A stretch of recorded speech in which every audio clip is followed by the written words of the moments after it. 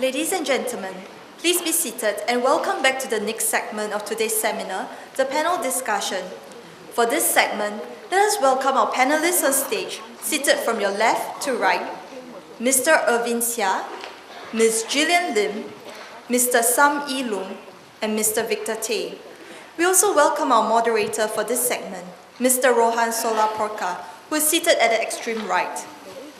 For members of the audience who have questions to ask the panelists, please make use of the standing microphones located at both sides of the auditorium, or you may raise your hands and our usher will approach you with a hands-free microphone. You may also pen down your questions on the writing pad provided and hand them to any of our ushers.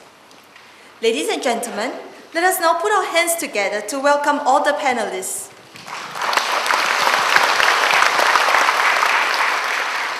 I shall now hand the stage over to Mr. Rohan Solaporka to commence the segment. Mr. Solaporka, please. Thank you, and ladies and gentlemen and members of my panel, co-panelists, welcome to this August gathering, and let's kick off the proceedings by asking direct questions straight to the panelists, one by one. What's the general reaction, if I may ask each one of you, to the budget? It's been defined as a prudent budget, election budget, responsible budget, budget for the needy, etc. So if I may ask each one of you to give me your views or first comments on the budget. I think firstly, without fail, people recognize that this is a people budget. I think we've seen a lot of households goodies. It ranges from the lower income, the needy, even down to the donation charitable organizations, and also extending towards cultural aspects of things. Largely, I think most of the business community has seen that for last year, we've seen a very pro-business budget. So for this year, we've seen lesser of that new schemes coming out. The PIC has been one of those that last year has been unveiled. So for this year, it was an extension and enhancement of this. I think most of them actually highlight that this is a budget that actually gives a longer-term benefits. So what it means is it faces, companies probably have to see a short-term pain while actually moving towards a longer-term gain. Why this is so? I think while everyone was watching the budget policies announcement, what was a little unexpected was the foreign workers levy. That being the largest bear bucks that everyone was looking at. I think any sizable enough company or medium to a large size companies, those who have a few hundred workers all the way down to a few thousands, I think if you look at the foreign workers levy increment has from $60 to $200. So that on impact of multiplying by a few hundreds, actually that hits them quite a bit. Despite there have been in PIC tax incentives, and second part, and despite that there were SME grants, which is a cap of 5,000 if they were to get cashback.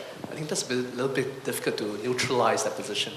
So largely, I think multinationals actually welcome the budget, especially I think the part on the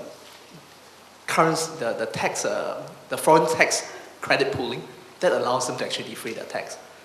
Small companies, however, I think SMEs will probably find a little constrained and challenging. Well, actually, I would like to look at it from two angles. One from the corporate sector and one from the individual angle. From the corporate sector, actually, it is a very good budget, especially with the enhancement of the PIC, because we forget that there are a lot of things there that even SMEs can take advantage of, specifically training. And when we talk about automation equipment, computers will qualify. So these are something that we should look at. Even though there is no reduction in tax rate, we have a 10,000 rebate or 5,000 cash grant. So that is actually very helpful.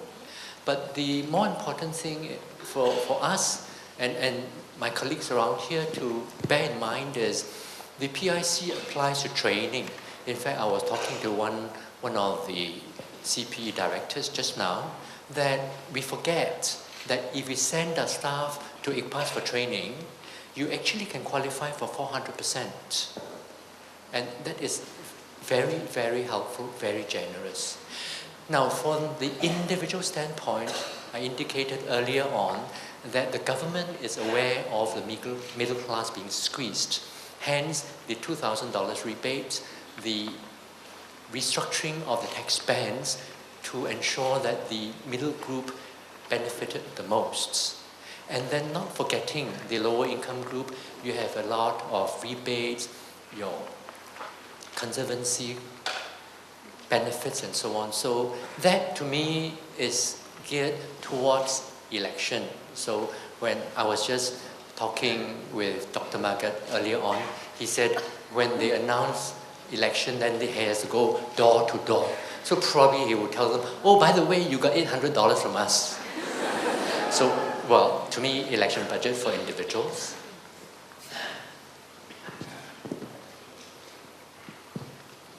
Hi, good morning.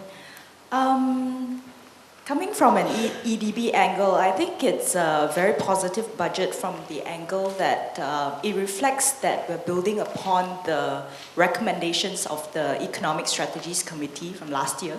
So when we convened the Economic Strategies Committee, we got together, private sector as well as public sector participation from the business groupings. A lot of the feedback and the roadmap that was recommended was actually for growth, to sustain growth for the next 10 years. So obviously, I think what was announced last year, in last year's budget, this year you can see that actually introduction of PIC and the enhancement of PIC is one example of how we're actually continuing to build upon the messages from the ESC, which is the importance of productivity as a key enabler for future growth for Singapore, as well as the upgrading of skills, training, automation, and all these initiatives as very important factors to bring about enterprise productivity as well as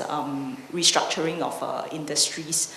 And from, I think if many of you may have attended some of the seminars by some of the tax firms and so on. The comment is also that where are the corporate tax incentives? Where are the newer corporate tax incentives? And it's quite obvious this year that there may not be so many new ones. And it's a reflection also that, earlier when Yilong had talked about the corporate tax rate of Singapore, 17% being fairly competitive in the region as well as also globally. What would distinguish Singapore moving ahead, I believe, would be how we execute, how we adapt ourselves to changing business models, changing global environment. And this is also reflected in this year's budget when we look at enhancing and simplifying the tax system to some respect. So for example, when we talk about streamlining the maritime sector incentives, it's a form of simplifying the tax incentives so that it's easier for businesses to apply and take advantage of this. Foreign tax credit pooling is another simplification, lifting some of the administrative burden of having to do a country by country or source by source foreign tax credit method. So I think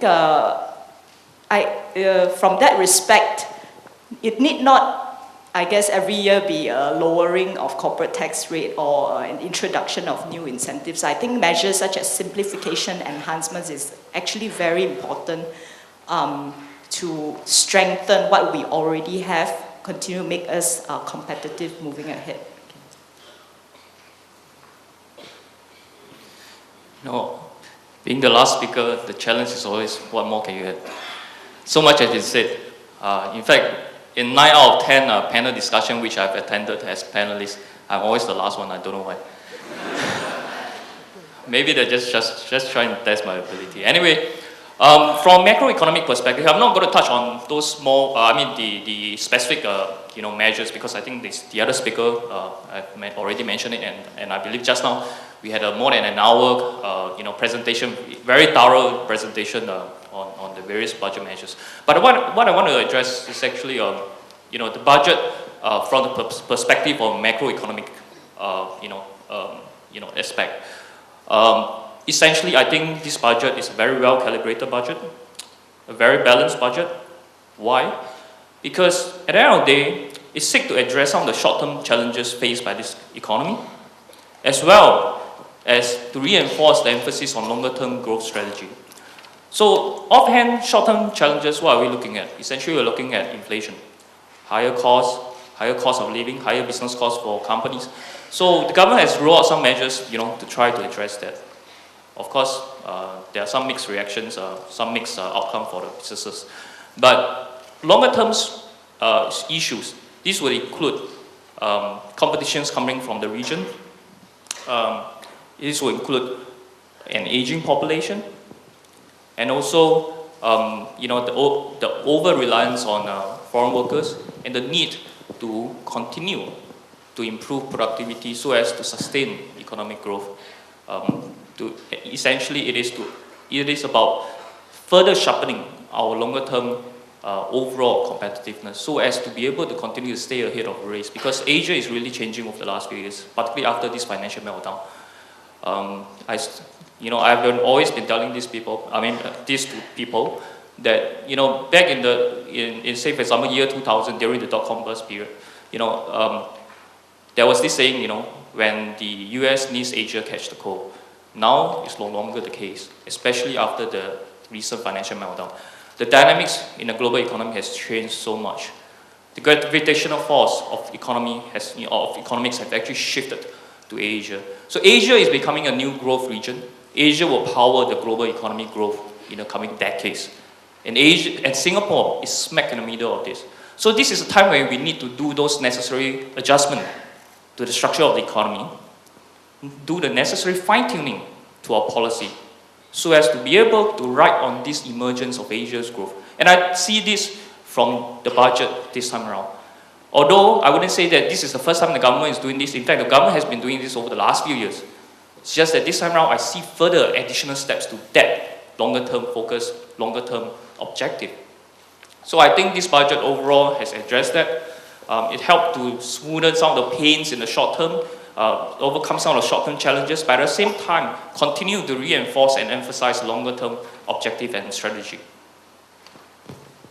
Thanks, everyone. But, at the end of it, all of it seems to be that this is a very prudent budget, responsible budget. And no one seems to be saying negative things about the budget. And I hope, taking something from what Sami Leung alluded to earlier, I hope by the end of this panel discussion, I'm not completely finished if I say something negative.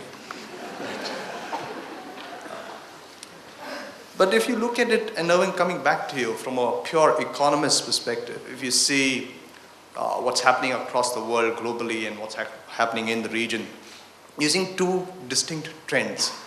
One is from an inflation perspective. Inflation seems to be galloping in most of the jurisdictions or countries. You've got increasing fuel prices. Historically, we've seen before every recession that's happened, fuel prices have spiked. Fuel prices now have crossed about $100. They're $105. Do you think we are heading for another recession? And is the government ready for that? And is it planning eventually, any sort of eventuality that might happen in the near foreseeable future? Okay, first thing first, inflation. Well, inflation is indeed a clear and present danger for all policymakers at this point in time. Essentially now the situation that we're facing is somewhat similar to what we have seen back in 2008. But of course, it wasn't as severe this time around. It isn't as severe as compared to 2008 when oil prices went all the way up to $145 per barrel. That was back in 2008, before the US financial meltdown. In fact, sometimes we like to think from economics perspective. We tend to think that it wasn't really the financial meltdown that actually caused the global recession. In fact, the high oil prices to some extent was part of the reason that actually contributed to the global recession. So this time around, do we see the same thing? Well, at this point in time, let me put it very clearly. Earlier in the year, oil prices was hovering at about $80 per barrel. And then recently it ran up all the way to, in fact, last week, in a recent high of 119 US dollar per barrel because of the political crisis in the Middle East and also in North Africa. But as far as our analysis is concerned, from $80 to $95, that $15 increase was in fact driven by real growth fundamental, pure demand and supply, right?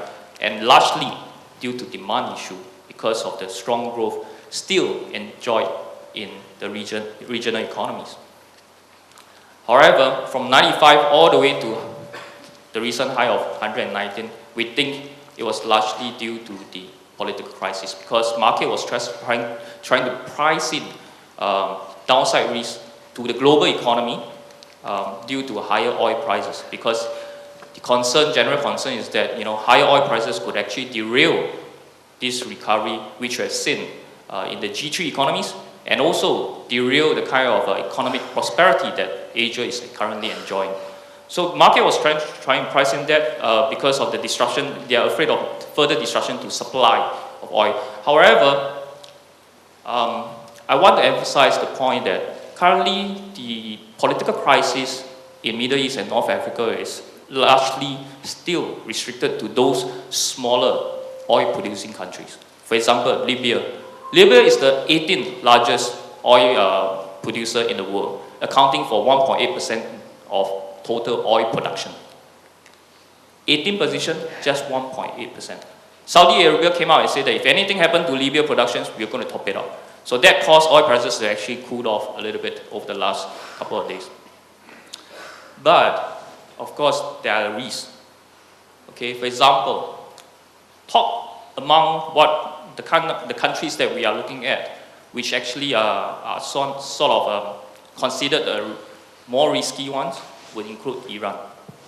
Iran is the 4th largest producer in the world, okay, accounting for about 5% of total oil production. And Iran has a track record of political instability. So, of course, this is the kind of risk that we are currently looking at. If something happened to Iran, or maybe even Saudi Arabia, then oil prices wouldn't have stayed below 120. It would have been a lot higher. And that would have significant downside risk to the global economy. So at this point in time, in terms of percentage of risk of another recession, oil-driven recession, not high, but there are risks down in the horizon if the political crisis in Middle East and North Africa continue to escalate. Coming back to you, Victor, from a business perspective, you represent a whole host of companies as Singapore Business Federation.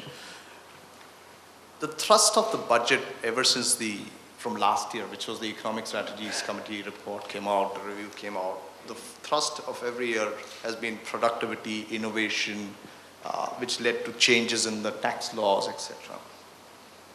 How much do you really see companies, whether they are SMEs or large companies, do you think this really benefits them? They're willing to make changes, they're willing to hire older people, retrain them, CPF price rates going up. Do you think this really impacts companies, encourages them, or do you think it actually pinches these companies? Well, on yearly basis, we conduct this national business survey, and it actually ranges up to 3,000, 5,000 respondents. Without fail, they all come back with top three issues, and every year is about the same.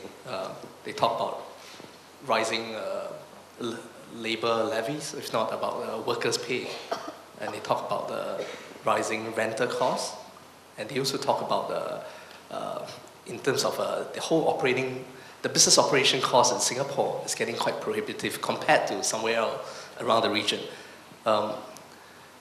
We saw last year the Economic Strategy Committee recommendation. SBF is also, we have 2 members out of the 16 key steering com members in there as well. The whole steering com basically said that in the next by 2020, in the next decade or so, we should be charting how to raise our skill of our workers as well as our productivity. because without which workers' wages cannot grow. And of course, raising workers' wages will also contribute to inflation. But they hope that by increasing productivity, by accelerating the pace of automation, in some way a person can multitask, and therefore overall net off the impact of the operating cost itself. There's a second part that actually looks at, while we look at our own workers, they also look towards anchoring Singapore as a global Asia hub. So with this continuous foreign direct investment that comes here, hopefully if you're targeting towards innovation and knowledge-intensive industries, be it the pharmaceutical, be it the technology and focus type like offshore, marine, aerospace, you've seen the Rolls-Royce coming here, or even environmental, you see from Norway, REC is based here now when it comes to producing solar panels. So hopefully with this, our workers can gravitate towards something of a higher pay jobs. And while they look at the foreign direct investments as well, they did not neglect the part with the local community or local businesses. There's a third part that actually looks at how to create more diverse ecosystems in Singapore. And therefore, they have come up with this part where Spring at RE Singapore should continue to grow and groom some 1,000 globally competitive companies so that they can actually go out there, regionalize, compete with the Japanese and Koreans all throughout. Fourth part, we have also seen pervasive innovation and research, which is very important. And what they wanted is Singapore has actually, throughout the years since when we were first founded by Sir Stamford Raffles, we had always been the trading post and also the supply chain hub.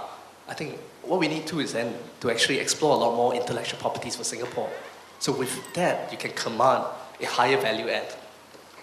Well, the first four trusts is what the business community looks at. And the other next three trusts actually looks at energy, looks at the effective usage of land, etc., which is more government-oriented. For this year, we see a very tight fiscal policy in terms of alignment to the ESC. And I think right to the fact that actually it's a 10 years expansion plan, so it should be aligned. While that came out last year, we saw that we emerged very strongly from a financial crisis in 2008. We've seen a lot of companies actually having very stellar improvement for last year. I think in terms of their financial results, in terms of financial reports, a lot of them actually came out with a lot more higher profits and revenue. So they have never really, just now your questions to the economists was actually to DPS colleague here, was that I think, did we in our budget actually factor in that there could be a recession? Part of this, I think you could see that the end result of the budget policy was a net surplus of $0.1 billion. So the part about the recession, and that has not stepped in. So we're looking that we'll continue to grow in this aspect. You could see the part of the foreign workers levy. It's like a funnel, right? Where it's intentionally increased because there's a need to actually move our companies towards automation. So while they could not get so much of foreign workers, they have to actually rely on local. And if they could not rely on local, and that's where your PIC comes in, they should tap on it to actually increase automation. While that is what, in the theoretical model that we looked at it should be the way. But we also realize some companies right now, as they face a lot more increase in business contracts. So the pressure is this, that you have to deliver the business contracts right now with this limited pool of resources and workers. But at the same time, you have to do automation. So when torn between the two, your resources, where do you channel to? I think some of the businesses will then look at it that if I don't deliver the contract, if I'm late, I have to pay liquidation damage. So probably I should still channel my guys, my resources, towards delivering what my immediate needs is. And this is my customer wants. The automation part needs more people to come in, and I think that part is something that we actually looks at it that it probably would take a longer term, maybe in the next 2 or 3 years, rather than what it is of immediate needs now. So with it, I think a lot of business community feedback that with this in mind, one way is we may have to actually slow down a bit before we get that productivity growth. So a large part of them has been rightfully pointed out as a lot of SMEs do not pay tax in the first place. Most of them are not so profitable. So now they have to actually balance off with the constraint of the tax levies you're going to pay while having to do automation. And the automation are largely tax credits. If they convert, that's fine. Probably they can actually get 30,000 grants. But the 30,000 grants has a limited effect on what they could do as well in automation. So I think that's a dilemma that some of the businesses face on. Increase business contract, well, not enough resources join the entire business community because we are near full employment now. We had a quota in terms of foreign workers ratio to come in. And yet we had to figure out with how to actually contain the cost of all the raw materials and also with now an outsourcing contract. So I think the balancing act itself is constrained, and the budget policy for this year, I think the businesses did not see as much goodies as it is of last year. And I'll come back to you on that. Well, just one question for Victor. As the economy grows, our services sector will grow. By increasing workers' levy, especially in the services, F&B, and all that, some increases are very steep. For example, S passes from $50 to eventually $400. You need waiters, you need waitresses, you need cleaners in the hawker centers.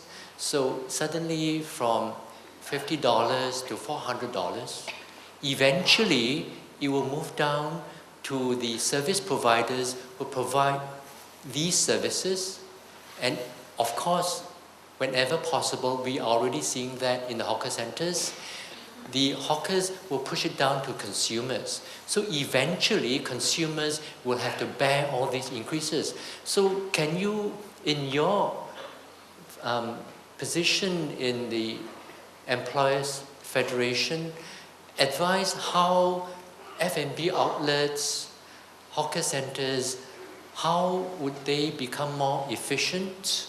Because I see a lot of foreign workers cleaning the hawker centers, but they are now already cleaning with 2 hands.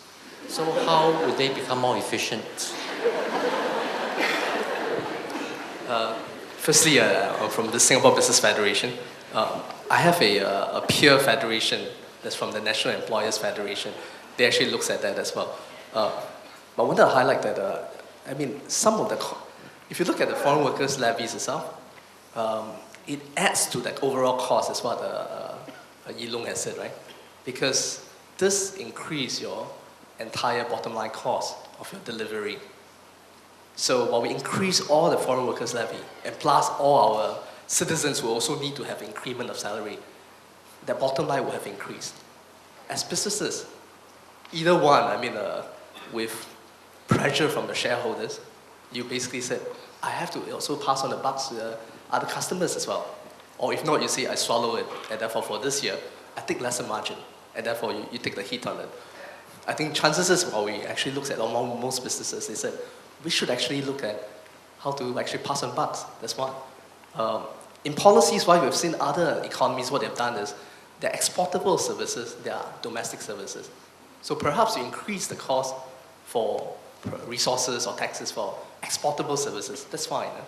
But once you actually touch on domestic services, which largely on your F&B, your retail, because these are all domestic trade, right? Immediately you find your citizens will be hit by it. And therefore, that's why you've seen MTI just a few weeks ago touch on the fact that in the next few weeks, or next few months to come by, they see a very steep inflation, right? They knew that's coming on. And probably in the last few days, you saw that they're setting out watchdogs to patrol and make sure that companies do not unethically and indiscriminately raise their costs. So while that is in there, I think businesses now have to think about, so what should I do with that? A lower margin? Or maybe even, if for those who are very commoditized businesses, or either even a neutral point or even a risk at a bleeding point as well. So that part they have to actually juggle with. For F&B, I think that's what Yi Long was asking. Well, I cannot talk about the hawker centers since they are not my members. But I've seen a lot of restaurants. The other day I saw Tung Luk, and he was showcasing his robotic wok. It's $250,000 investment in the capital. Robotic wok by itself is without the need of a chef. It can actually fry by itself. And basically they told us that it's even a lot better than a manual person would have done, because it ensures your rice is as grainy as it is, and without over frying, without that part of burnt beets to do it. So maybe there's some credits and merits to automation. And in fact, Tongnok was telling me that what they've done as well, that in terms of their rice and many other dishes, nowadays they use a microwave.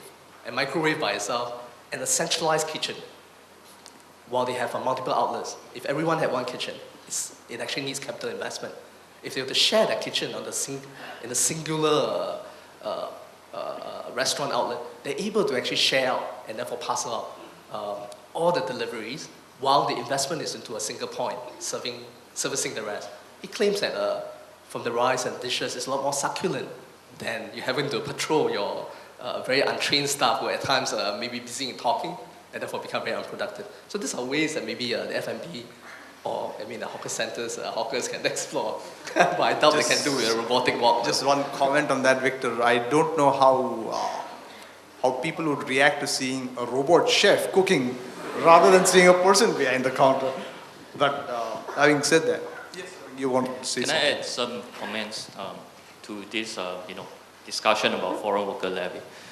Now, I think it's already a well-known fact that the foreign worker levy is essentially part of a so-called carrot and stick approach to improve productivity by the government. Of course, the carrot is in the form of National Productivity Fund, PIC, so on and so forth. But the stick, one of it is this foreign worker levy. I did an article last year after the announcement by the Economic Strategy ESC committee